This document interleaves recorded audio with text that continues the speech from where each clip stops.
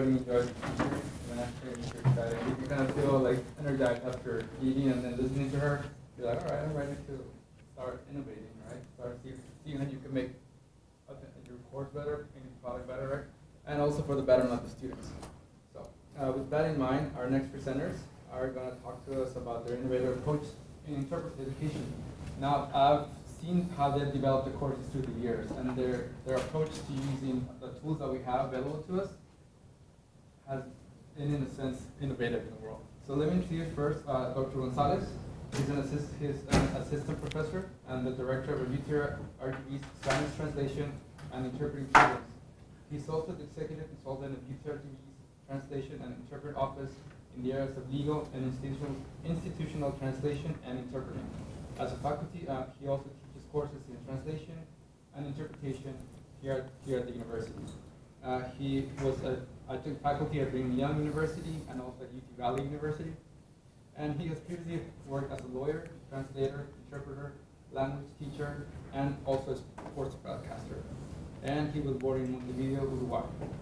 Our co-presenter is Dr. Jose Davila Montes. He's a full professor of translation and interpreting and the founder of the Lexi Translation and Interpreting Office in 2005. So he's been at it for a while. He's one of the pioneers in our program here. And he studied in Barcelona Autonomous University in Spain, where he obtained his BA and MA in translation and interpreting, and a PhD in translation and cross-cultural studies.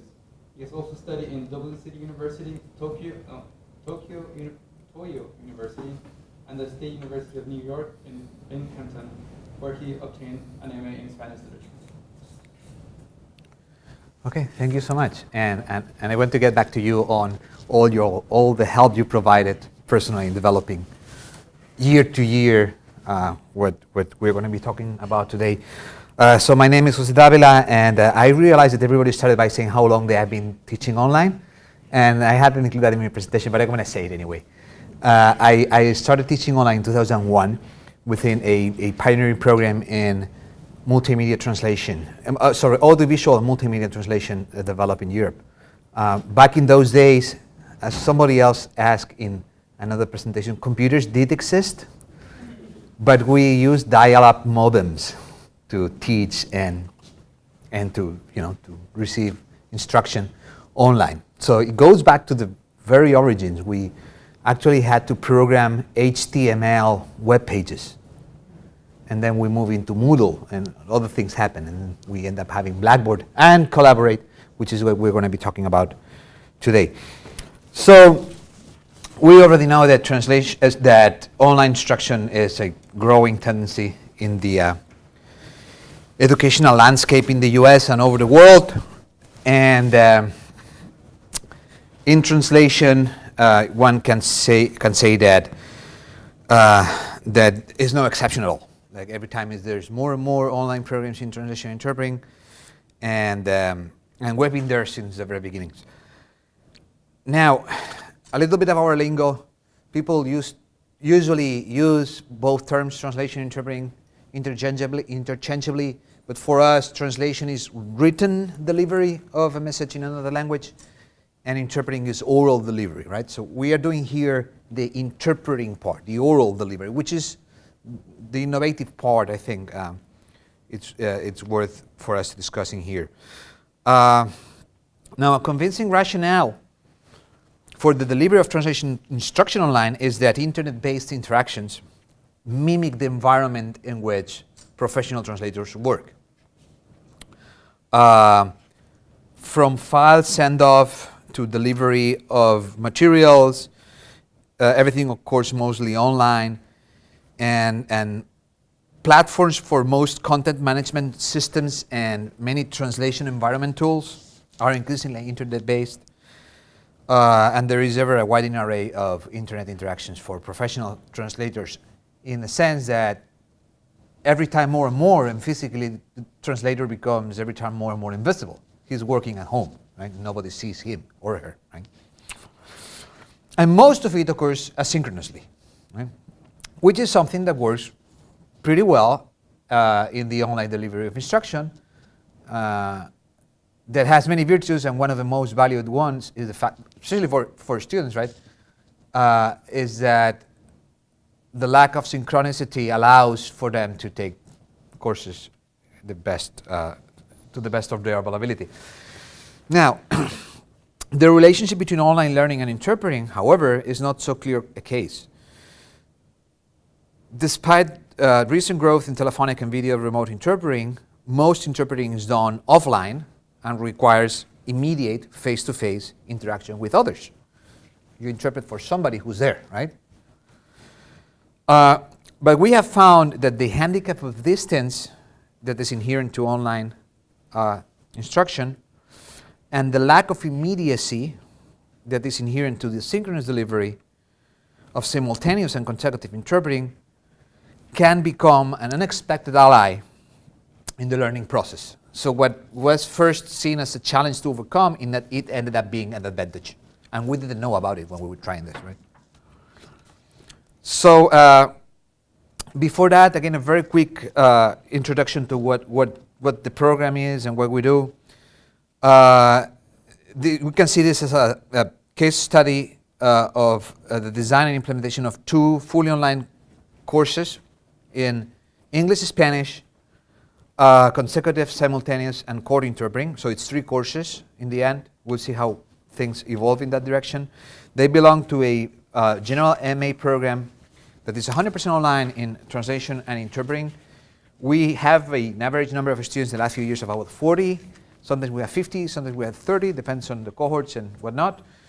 And they are located literally all over the US, the Americas, and the world. We had this student that had to go down to Cusco, Peru, go down because she was even higher, right? Because the internet was gone for a couple of weeks. So she had to drive 1 hour downhill to send her files, right? So we really have a very international audience and outreach. This was funded by a $300,000 grant with the Department of Education for the enhancement of access to Hispanics at post-secondary education, and many resources and expertise were drawn from COLD and its previous avatar in UTV.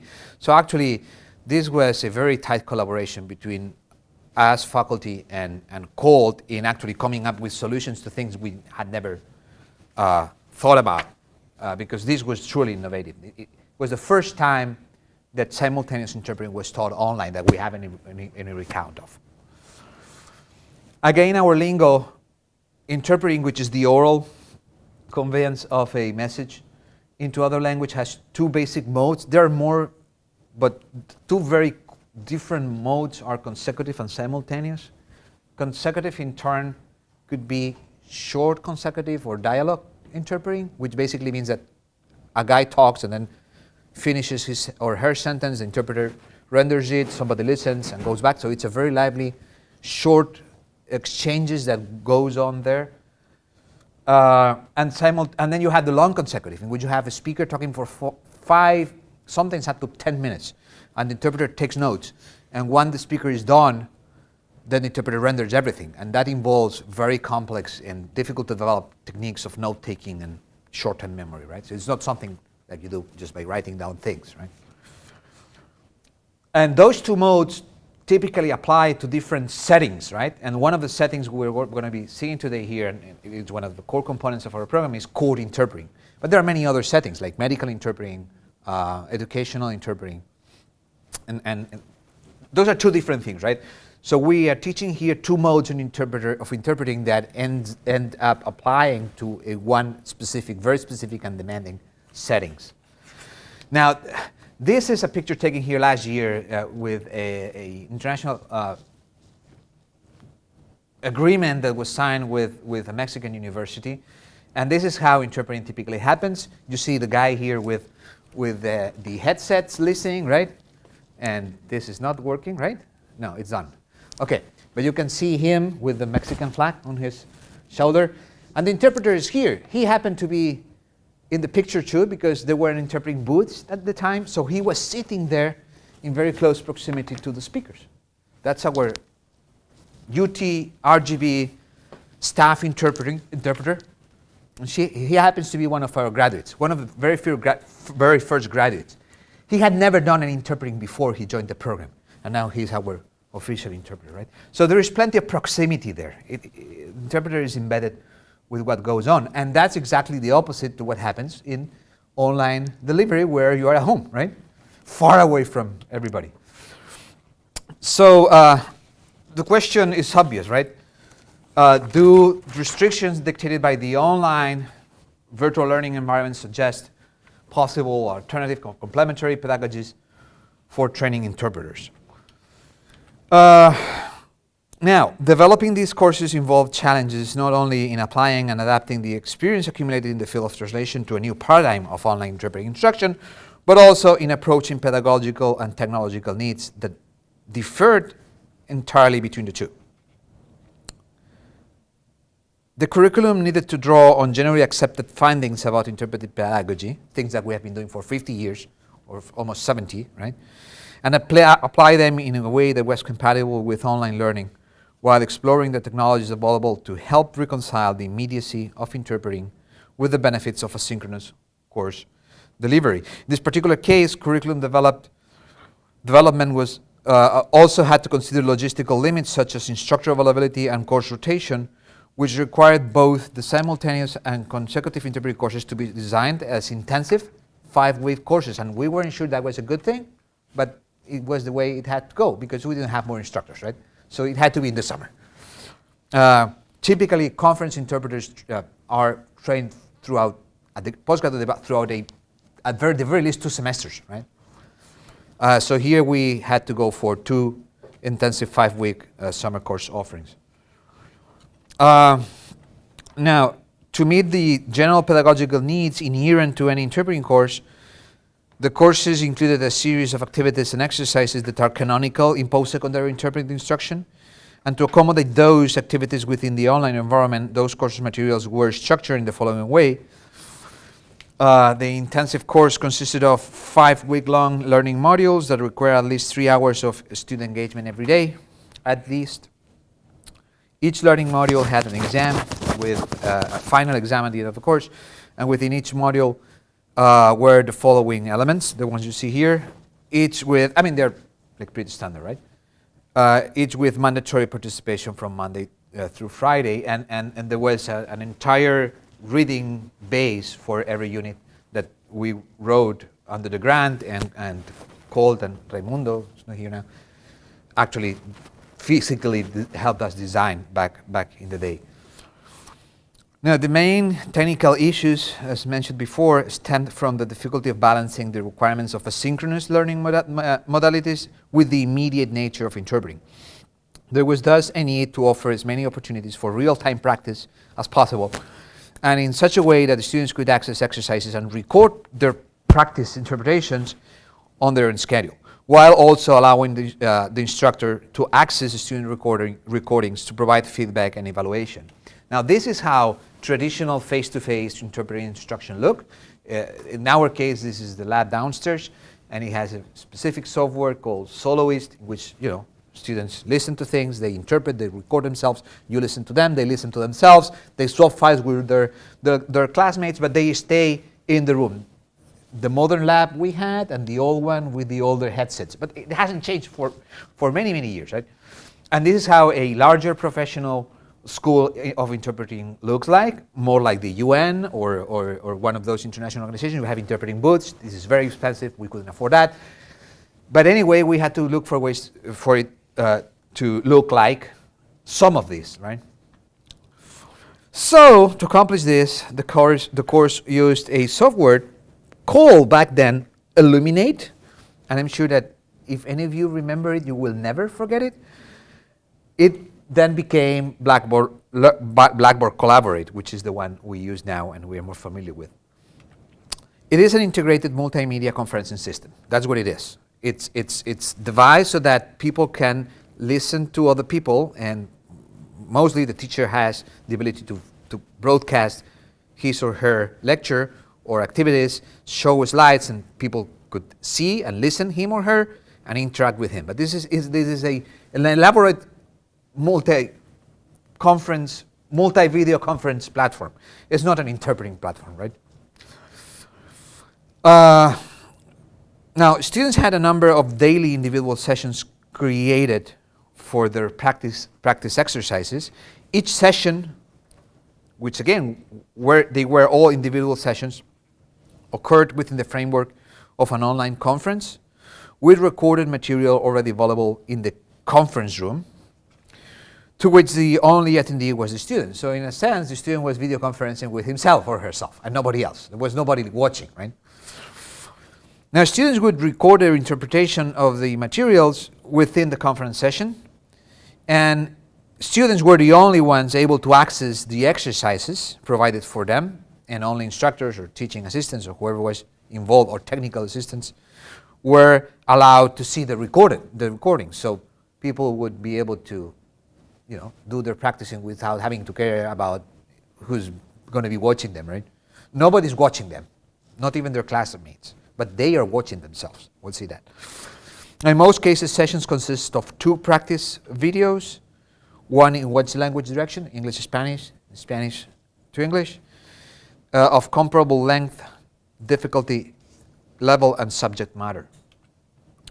Now, after opening the link to the video, the student, that's how things would look, right? The student would begin the exercise, whether it was note-taking, simultaneous interpreting, etc. Links to the source files, as you can see there, they were obscured with tiny URL.com features so that they cannot anticipate the next URL, right? Like Unit 2, Video 3, right? There's no possibility for a sneak preview what comes next. Students listen to the simultaneous interpreted exercises on headphones. I always tell them Walmart headphones are okay. You don't need to buy anything more expensive. But they end up buying very nice ones, better than mine. The video camera recorded student activity, their faces, that was important, and that's not a component you have in the regular interpreting course. Students don't see their faces. And of course, the microphone would record their interpreting. So we had sound and image converging. That was initially devised in order to make sure that the professor was able to see that the guy taking the exam was the student, right? It was just a safety measure. But it ended up being something much more useful. Now, recording is manual, so it needs to be started by the student whenever it's for general exercises or practice exercises. But all the graded materials have the recording starting immediately. They don't have to start it. As soon as you get in, the recording starts. So there's no fooling around with watching things before doing the interpreting, and you end up doing what the interpreter is supposed to do most of the time. Just step in, and with whatever comes, go ahead do your interpreting. Now the video and the sound, of course, were stream recorded, which means that they didn't have to send files, upload them, lose them, swear they did it, and the file never came. And as you can see, every student had a whole batch of individual sessions, right? So that this took plenty of preparation for the guys involved in creating the sessions for every student. And every student has per unit at the very least seven or eight sessions, right? You do that times 10 times 5, so you can imagine the incredible amount of sessions that need to be created. And I know that the Cold guys have a quick way to do that, but if you go and think one by one how much it takes, it would be really, really plenty of preparation, right? Now, there were 4 kinds of interpreting sessions created for each module. All 4 were made available to students individually each week in a very paced way, so there was a progression to be monitored. You cannot learn interpreting everything in 24 hours, even if you take 8 classes in a row, right? It really needs to go day by day. There were either supervised practice evaluation practice, free practice, or exams.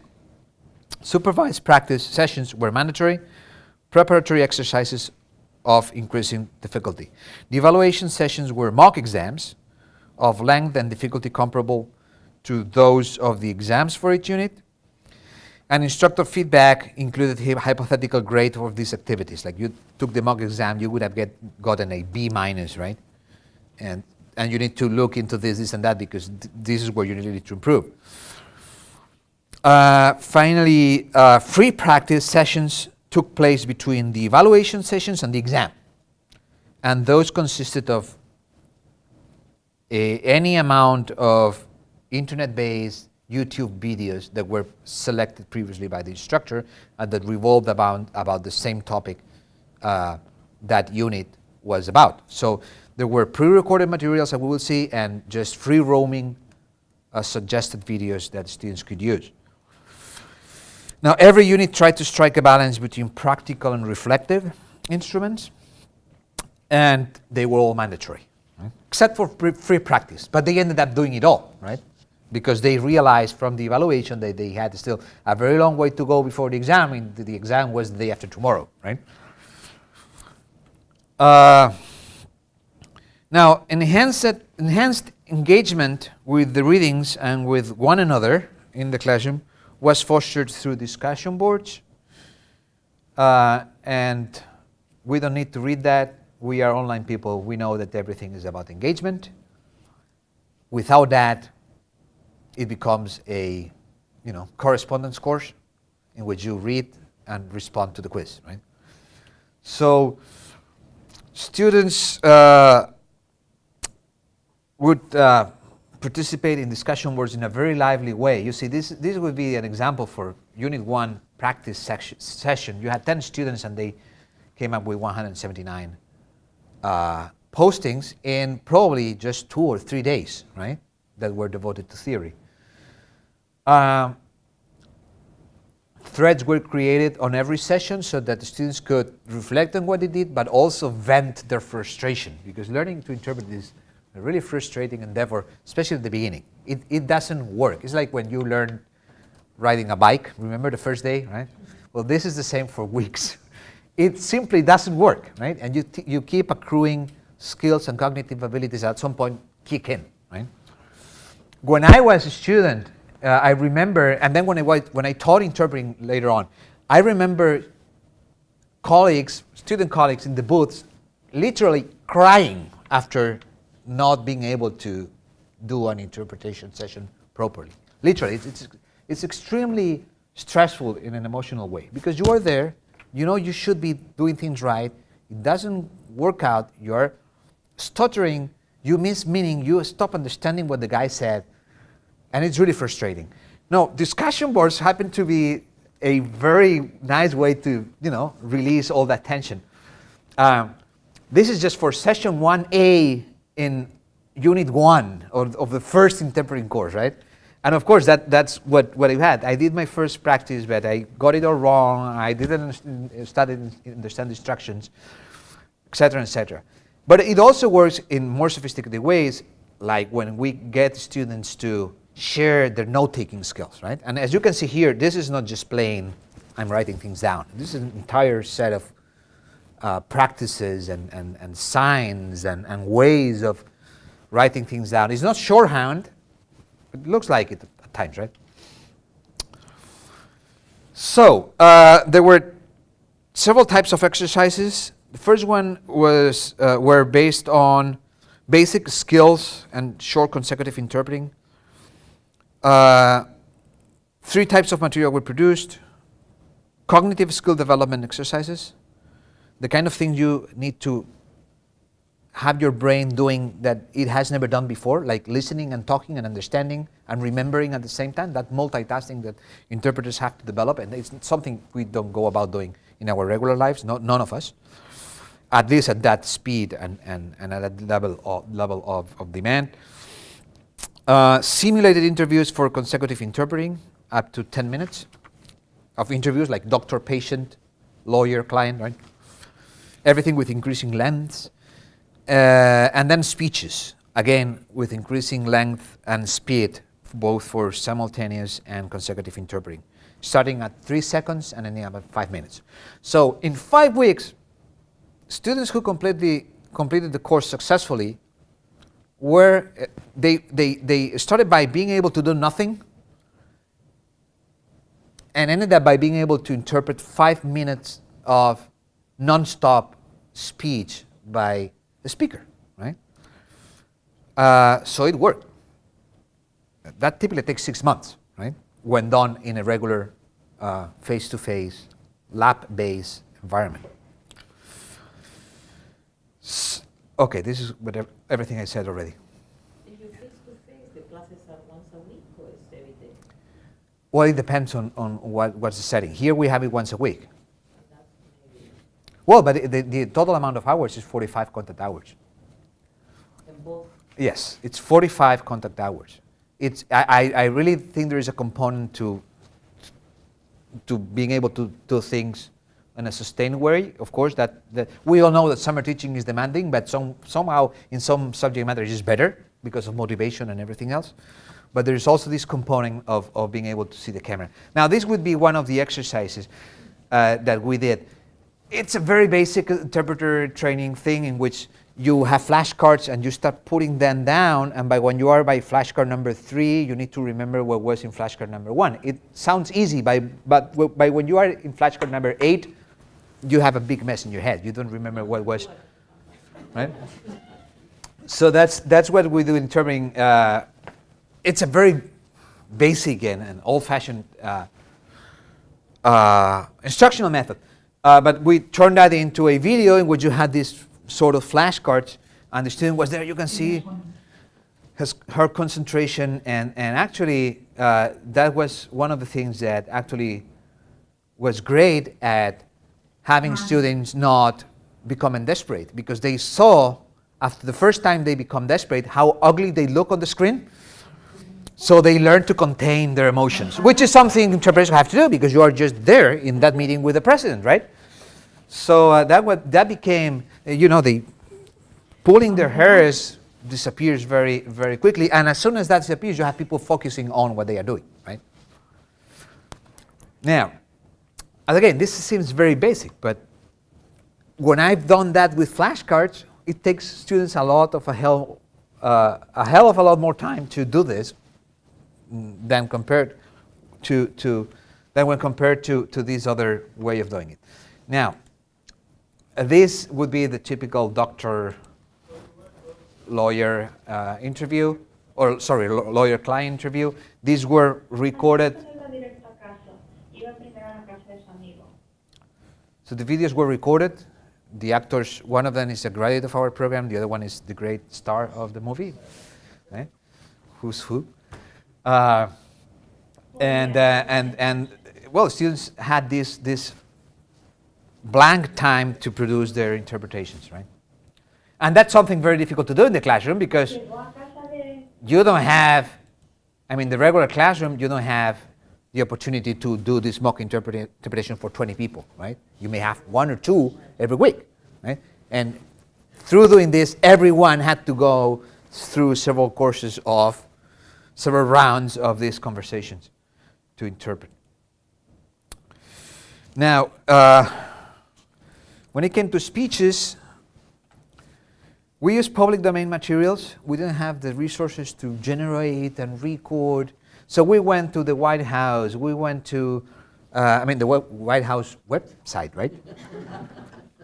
To the UN, to all these government organizations in which you have plenty of public domain speeches you can use anywhere, whenever you want. You even get the transcripts for you to decide what to use or not. They were balanced 50-50 English, Spanish, Spanish, English, because most of our students are either one, right? English dominant or Spanish dominant. As I said, we had students from all over the world. Some of them are from Wisconsin, some of them are from Peru, right? So it was pretty balanced out. And the videos were pre-edited to suite, and that's where Cole also helped us a lot. We decided which chunks of the speech were too difficult for a beginner, right? So we cut them off, right? And we selected in ways that it would best suit the needs at some point. And then free practice, as I said, they were ad hoc materials taken from the internet. About 10 exercises per unit, were produced, and again, that's times 10 students times 5 units.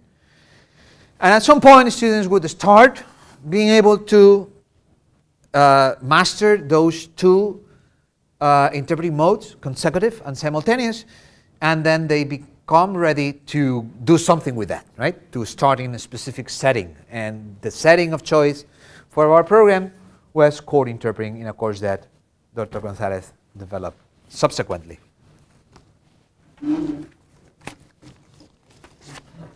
have to tell you, when can I steal your mic for the recording? Sure.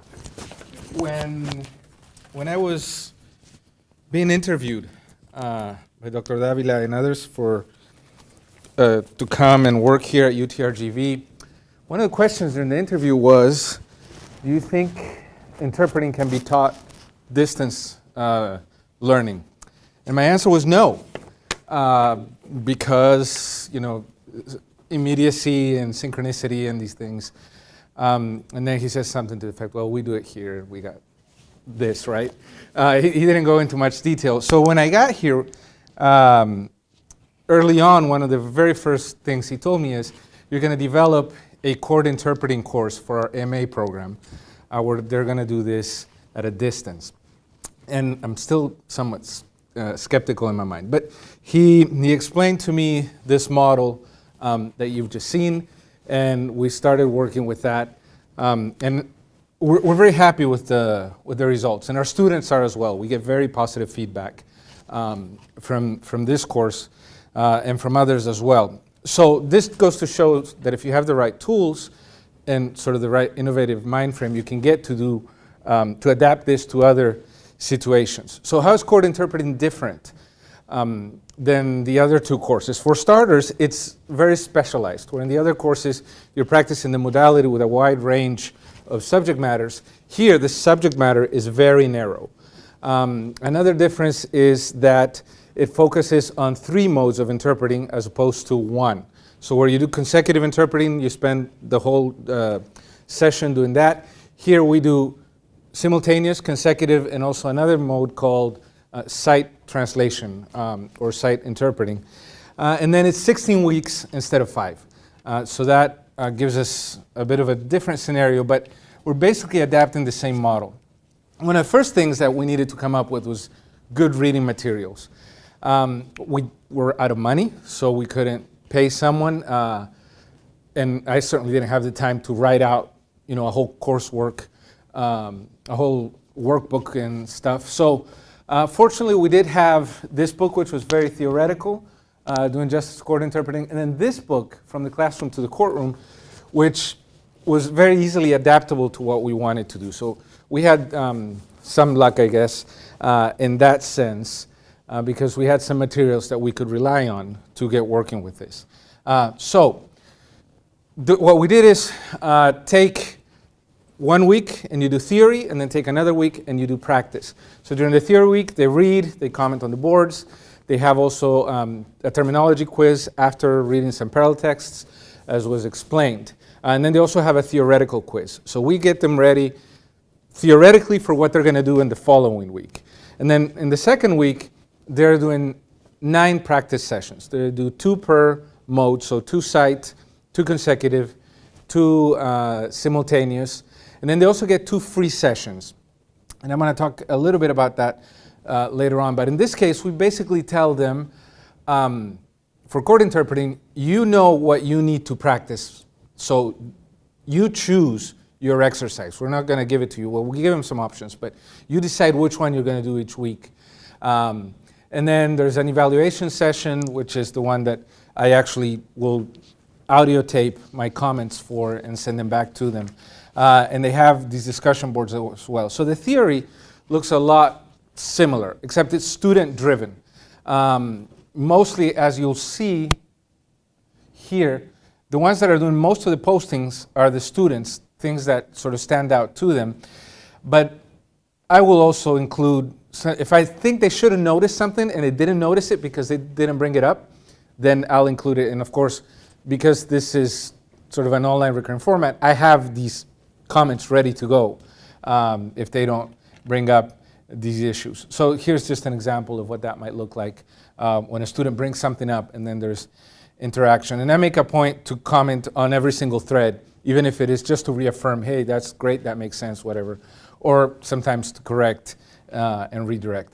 And then for week 2, which is the practice week, they do this sort of same, they record themselves, you've seen how that works, and then they have to come. But here the threads are opened by the professor, because if not, you get this sort of like incredible mess, and nobody knows where to comment what.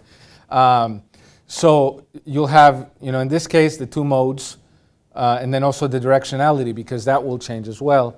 And then because the free practices are different for everyone, this is sort of like, well, you just come in here, tell us what you did, tell us what the challenges were, what worked, and what didn't work. So you get a lot of self-reflection in these matters. So in terms of creating the material that goes along with this, we had basically 3 sources. We had materials that we took from the textbooks, which I showed you. Especially the first one, the one with the blue cover, has a lot of transcripts of actual court situations. And so we took that. And they also have on their website, their companion website, they have audio clips where you can hear the judge giving, for instance, instructions to the jury. So we took some of those. We also developed our own materials, and I'm going to show you that as well. And in this course, authenticity is very important. So I went out there and looked for court transcripts, different things that we were picking up from, say, articles that were written about actual courtroom situations, and we'd take the transcripts. We'd go to the court websites and find documents that they put up there and use them as well.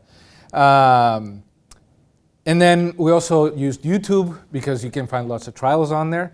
And we would select specific segments and would adapt them. So for the textbook materials, they might get something like this, where they're just asked to go to page 148 and then cite translate what they find in there. So they'll have an actual authentic form in there that they need to cite translate, and they'll record themselves, and then they get to see themselves and reflect in the boards. When it's a consecutive interpreting exercise, you've seen this, the student will see themselves, they have the link here where they might click, they have some instructions, and in the instructions, I try to situate this, because court interpreting is very situation dependent. So I say, this is where you are, this is what you have to do, this is what's going on, as to try to reproduce real world situations. So we developed some of our own materials. That's Dr. Davila, even though his face is a little bit blurred, where, we got help from Colt to record all of these, and we set it up to make it look more or less like a courtroom. And then the person would be speaking. So for a consecutive exercise like this, at some point the video stops, and you get this flash up that says Interpretar ahora, and they have some time. After the first semester, we learned we had to do some adjustments with the pauses, because some of them were too long, others were too short. But the beauty about this is you can go back and then ask Colt and say, can we make this 5 seconds longer, or 5 seconds shorter, and so forth. And they've been great about it. And then we do this for other modalities as well. So these are materials that we developed ourselves. That's Francisco, by the way, who's the judge. And then a former student and a current student that we got to help us out with this. And you can see that he has the script right there, that he's reading from, that we developed from different sources. Then for the YouTube materials that we used, they might see something like this. And this is, again, authenticity is very important in terms of training court interpreters. So, okay. Let's see.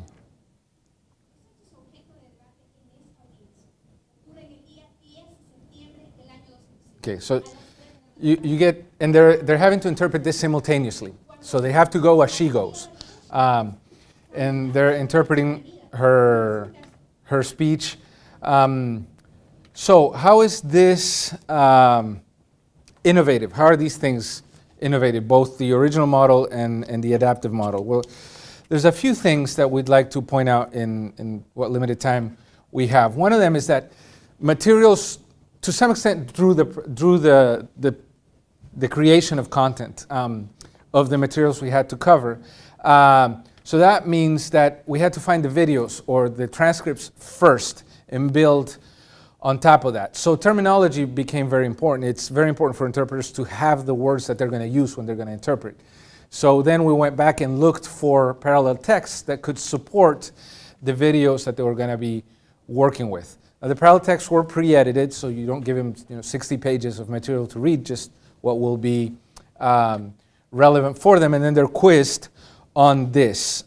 This has some advantages because they're not absolutely overwhelmed when they go in there because you already have some terms and we know what they're going to be that are going to come up. So there may be some emotional benefits to this. And I keep seeing the things flash, so I'm going to move about quickly through some of this. So the second point is that the segments build up. So at first, they're shorter segments that they're working with. And then as they become more proficient, the segments that they have to work with will become longer. The segments thus are edited strategically with specific pedagogical purposes in mind. If there was something that didn't work or we thought would be too difficult, then you just cut it out and don't include it in the material they're going to work with. And in the first two courses, especially in the simultaneous where the speaker keeps going and going and going and going, pauses were strategically occasionally inserted to allow the interpreter to catch up. We decided not to do that in court interpreting because, again, they're looking at these videos and we want this sense of authenticity. So we looked for things where the speech rate was okay. Now, after the first semester, I discovered that in a few places the speech rate was not okay for enough of our students to concern me, so there were 2 or 3 videos that I went back to Colt and I said, can we make this 0.9% faster? And the video you just saw was one of those. The version you just heard is a slowed down version. So you can imagine what this sounded like when it was full force. But it still sounded natural. It wasn't like this, right? Which is what you don't want because that's not natural as well. And then, as they do more words per minute, they have less time. So I have 1 minute left. Let me just wrap it up very quickly. Some advantages is that because we get videos from different places and audios from different places, there's a wide range of dialectical varieties, native and non-native and so forth. This is difficult for students at first, especially if they're used to hearing only one type of Spanish or one type of English, but it does reproduce what they might find in the real world, especially in an immigrant receiving country like the US. So that has advantages as well, which you can't have in a traditional classroom because the teacher is the teacher, right? And the teacher speaks the way he or she does. And then the thing with the free practices, and you saw how some of these worked, is that it teaches the student how to learn. So in the case of court interpreting, I would give him a set of links or a set of documents and say, you choose from among these what you need to learn. So they are sort of pre-selected, but they start learning what kind of exercises will be helpful for them. And then they can go out and look for these on their own. So the goal for these is that they can sort of self-regulate and teach themselves how to learn, even when we're not there. And then there's an element here of this sort of idea where they can sort of almost debrief with each other in the discussion boards, and it's a safe place to do it because they usually start out by saying something like, oh, this sucked, it was so difficult, I had problems with this and this and this, and they see that other students are feeling the same way, and they give each other suggestions and so forth. So that is helpful emotionally, so if you will. There's a collaborative element to it, but they also get individualized feedback, which I will send to them, the professor will send to them individually, based on what they work. So it's not as violent, if you will. And then another idea is that students can keep going back to what they've recorded and access it and look at it and self-evaluate, which you can't really do in a live classroom setting unless you set up some sort of system that would end up looking very much like this. So it allows you to work not just with the actual vocabulary, the terminology, and the skills, but even things such as posture and the way that voice is projected and so forth. So I know that was quick and I'm out of time right now, but anyway, I think we have some time for questions, right? Yeah, we're out of time. Completely out of time. Okay. All right. 2 minutes. Okay, great. So this is what Dr. Davin and I wanted to share with you. Thank you.